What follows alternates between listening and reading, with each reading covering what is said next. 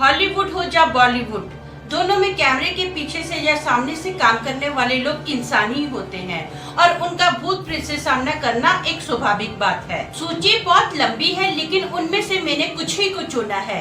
Michael Jackson, Rajesh Khanna, Bipasha Basu, Sunny Leone, Ranveer Singh और वरुण धवन आदि, ये सभी लोग पीड़ित हैं। इन सभी की रोंगटे खड़े कर देने वाली पैरानॉर्मल एक्टिविटी की घटना का आज का ये एपिसोड बहुत ही डरावना है। तो चलिए शुरू करते हैं मशहूर हस्तियों के रोमांचक मामले।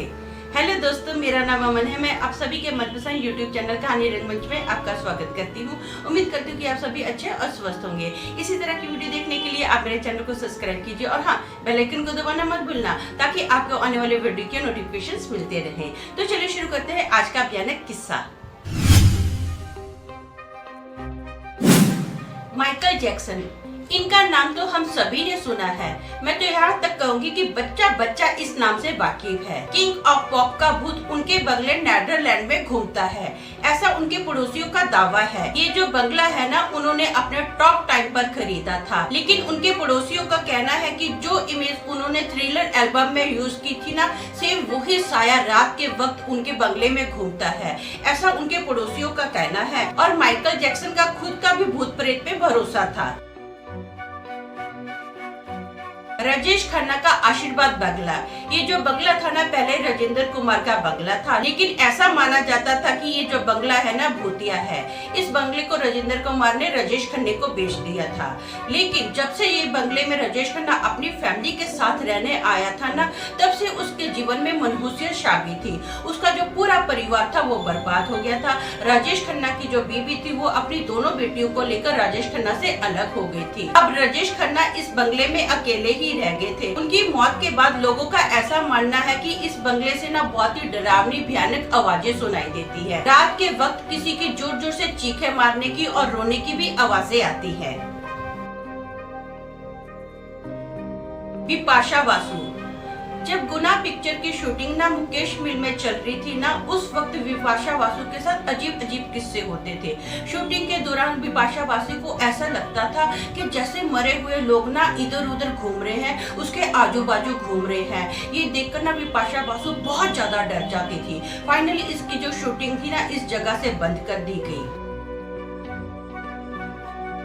सनी लियोनी की स्पीड विला की शूटिंग राजस्थान में चल रही थी। ये ना एक महल में रुकी थी। 3-4 रातें ना इसकी आंख अचानक से खुल जाती थी और सनी लियोनी पाती थी कि इसके ऊपर ना कोई साया बैठा है, जिसका ना तो आंख है, ना ही मुंह है, ना ही कोई कान है। ये देखकर ये बहुत ज्यादा घबरा जाती थी। दोस्तों, जो ये सनी लियोनी के साथ हो रहा था ना, वैसे भी इसको स्लीप पैरालिसिस बोलते हैं। बाजीराव मस्तानी की जब शूटिंग चल रही थी ना, तो रणवीर सिंह को एक काली दीवार पर बना हुआ एक आकार दिखाई दिया, जिसकी जो मूछें और जो पगड़ी थी ना, सेम बाजीराव जैसी थी। वरुण धवन, जब ABCD की शूटिंग चल रही थी ना, तो वरुण धवन जिस होटल में रुका था ना, उस कमरे में ना ऐसा माना जाता था कि एक बहुत ही पॉपुलर सिंगर की आत्मा जो है ना, उसमें घूमती है। ये जो रूम था बहुत ज्यादा हॉन्टेड था। कई बार ना वरुण धवन की रात को आँख खुल जाती थी और उसको अपने रूम में ना किसी के गाने की आवाज सुनाई देती थी।